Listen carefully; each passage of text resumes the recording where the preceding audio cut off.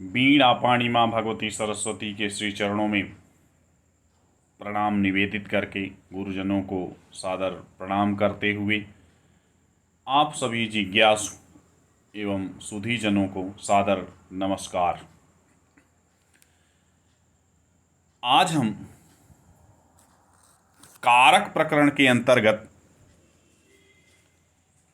दो जो सूत्र थे, प्रातिपदिकार्थ लिंग परिमाण वचन मात्रे प्रथमा और संबोधने च, इन दोनों सूत्रों का ज्ञान, व्याख्या, विचार करके आगे सिद्धांत कौमुदी के अनुसार उसी के तुरंत बाद ही कारके यह सूत्र है। कारके सूत्र पहले इस पद पर विचार करें, इस सूत्र पर विचार करेंगे तो कारके पद में सप्तमी विभक्ति है। कारके यह जो पद है वह सप्तमी विभक्ति एक वचन का रूप है। और यह सूत्र कैसा है? यह सूत्र कारक संज्ञा करता है, लेकिन है तो अधिकार सूत्र। कारक का अधिकार है, यह कहा 1-4-55 तक इसका अधिकार जाता है। अधिकार सूत्र जो कारके है, उस अधिकार सूत्र कारके के द्वारा अग्रिम सूत्रों तक कारकों की कर्म, करण, संप्रदान, अपादान आदि जो संज्ञाएं हैं वह इसी के अधिकार में हैं, कारके के अधिकार में पठित हैं। इसलिए यह सूत्र अधिकार सूत्र है और कारक संज्ञा का विधान करता है, कारक संज्ञा करता है। यह अधिकार, बार बार अधिकार शब्द आने से यह आवश्यक हो जाता है कि हम अधिकार को जानें। अधिकार क्या है?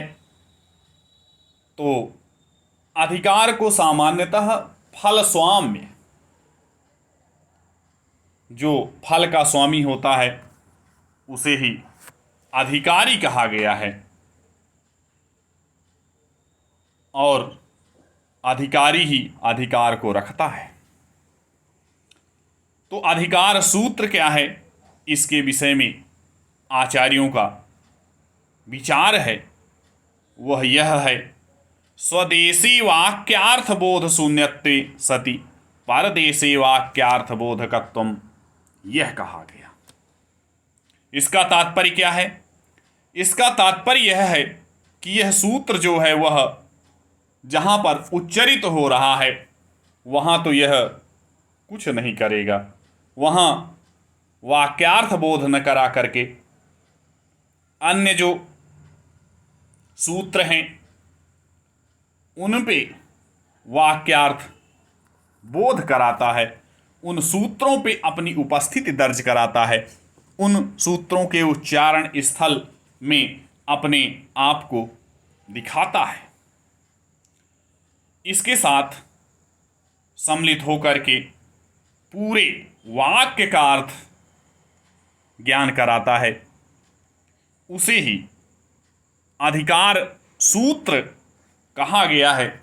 महर्षि पाणिनि ने अपने इस अष्टाध्यायी में, जो व्याकरण शास्त्र का परमादरणीय ग्रंथ है, उसमें 6 प्रकार के सूत्र लिखे हैं। संज्ञा च परिभाषा च विधिर्नियमेव च अतिदेशो अधिकारश्च षड्विधम सूत्रमुच्यते। अब हम लोग पहले तो यह जान लें कि यह जो श्लोक के रूप में कहा गया है, इन पूरे में द्वंद्व समास है। और अब हम लोग क्रमशः पहले तो संज्ञा क्या है, ये संज्ञा प्रकरण में पढ़ाया गया है। सम्यक ज्ञायते अनयायते संज्ञा, तो संज्ञा सूत्र यह है, जैसे हलंत्यम जो पद है इससे इत संज्ञा का विधान किया जाता है, इत संज्ञा होती है। आदेन गुण, इससे गुण संज्ञा होती है। इसके बाद परिभाषा सूत्र तस्मिन् नीति निर्दिष्टे पूर्वस्य, यह सूत्र है जो परिभाषा सूत्र के रूप में महर्षि पाणिनि ने इसको स्थापित किया है।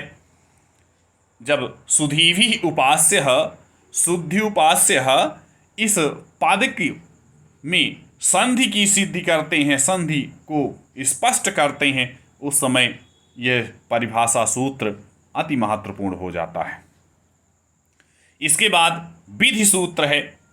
विधि सूत्र इको एणचि संधि प्रकरण का पहला सूत्र है, जहाँ हम लोग लघु सिद्धांत कौमुदी में पढ़ते हैं। तो इको एणचि, इक के स्थान पर यण आदेश होता है, यण का विधान किया जाता है, इसलिए यह विधि सूत्र है। इसके बाद नियम सूत्र स्वरूपाणाम एक शेष एक विभक्तौ, यह नियम सूत्र है। यह क्या करता है, स्पष्ट करना आवश्यक है इसको।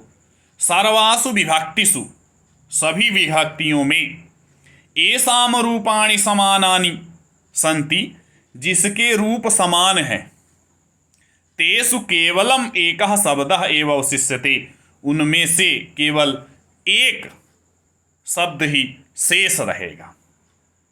जैसे कि राम राम राम, यह राम राम